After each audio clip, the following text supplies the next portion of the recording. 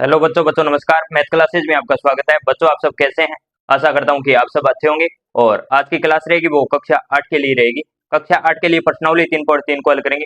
प्रश्नावली 3.3 के अंदर हम सवाल नंबर 7 को हल करने वाले हैं। आइए सवाल नंबर 7 देखते हैं। सवाल नंबर 7 क्या है भाई? सलगन आकृति HOPE एक समांतर चतुर्भुज है। एक्स वाई और जेड कोणों की माप ज्ञात कीजिए। ज्ञात करने में प्रयोग किए गुणों को बताइए। तो सबसे पहले हमें क्या करना है? एक्स वाई और जेड के मान ज्ञात करने। तो मैं आपको सबसे पहले ये बता दूं कि ये दो रेखा है, इन दोनों रेखाओं के बीच ये एक त्रित रेखा काट रही है और ये कोण बन रहा है। और ये कोण छोड़ के ये कोण है, वो कौन से कोण है? एकांतर कोण है। एकांतर कोण हमेशा क्या होते हैं? बराबर होते हैं। ये बात आपको ध्यान में रखनी है। तो सवाल को हल करते हैं। हल कोण y। सबसे पहले लिखेंगे हम कोण y का मान ज्ञात करेंगे। कोण y बराबर कोण HEP बराबर 40 डिग्री। क्यों है भाई 40 डिग्री? क्योंकि ये क्या है? एकांतर कोण है। तो हम लिखेंगे कारण एकांतर कोण। एकांतर कोण तो कोण y बराबर कितना आ जाएगा?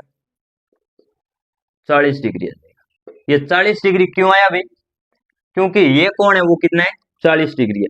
और ये कोण छोड़ के ये कोण बन रहा है वो क्या है? एकांतर कोण है। एकांतर कोणों का मान है वो बराबर होता है। इस कोण का मान अगर 40 डिग्री है तो इस कोण का मान है वो 40 डिग्री होगा।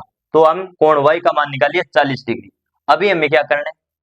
अभी हम इस कोण का मान निकालेंगे ताकि कोण x का मान निकालने में आसानी हो। तो सबसे पहले ये हमें क्या दे रखा है? 70 डिग्री दे रखा है। ये बाह्य कोण दे रखा है, ये 70 डिग्री दे रखा है। एक ही रेखा पर ये दोनों तरफ कोण बन रहे हैं। इन कोणों को क्या कहा जाता है? रैखिक युग्म कोण कहा जाता है। रैखिक युग्म कोण। तो अभी हमें क्या करना है? ये कोण हमने मान लिया P मान लिया, कोण P मान लिया और ये कोण हमें दे रखा है। तो सबसे पहले हम क्या लिखेंगे? कोण P प्लस कोण O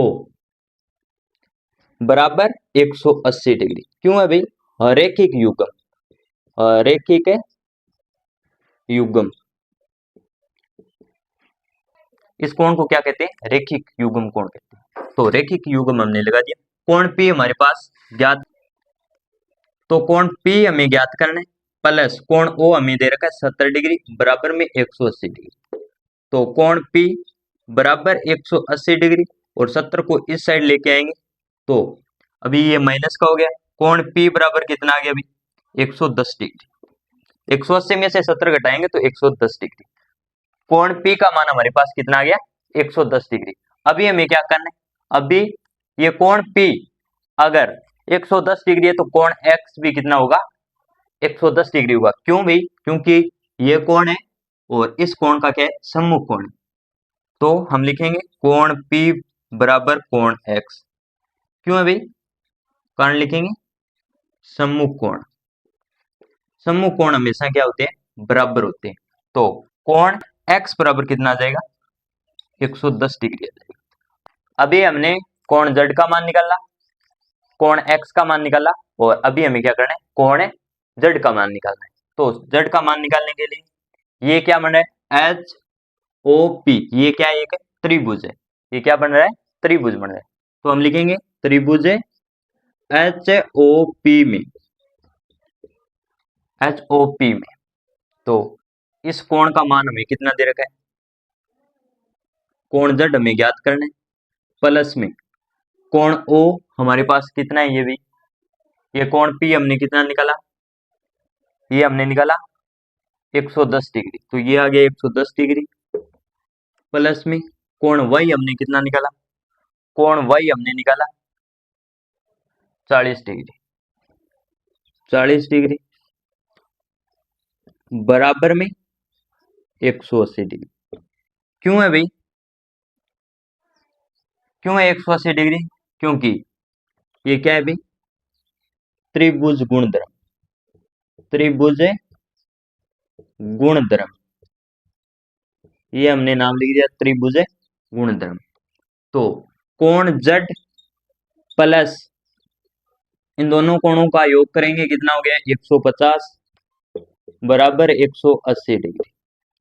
तो कोण जेड बराबर कितना आ गया, ये 180 डिग्री माइनस ये 150 इस साइड लेके आएंगे तो कितना आ जाएगा, कोण जेड बराबर 30 डिग्री।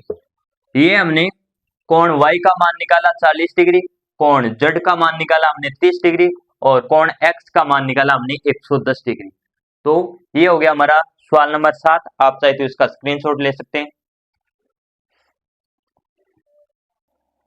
तो बच्चों कैसे लगी आज की क्लास, कमेंट बॉक्स में अपनी राय जरूर दें और वीडियो को ज्यादा से ज्यादा शेयर करें, लाइक करें, कमेंट करें एंड चैनल को सब्सक्राइब करें ताकि आने वाली क्लास के नोटिफिकेशन आपको मिलते रहे। इसी के साथ मिलते हैं नेक्स्ट क्लास में, तब तक के लिए जय हिंद जय भारत।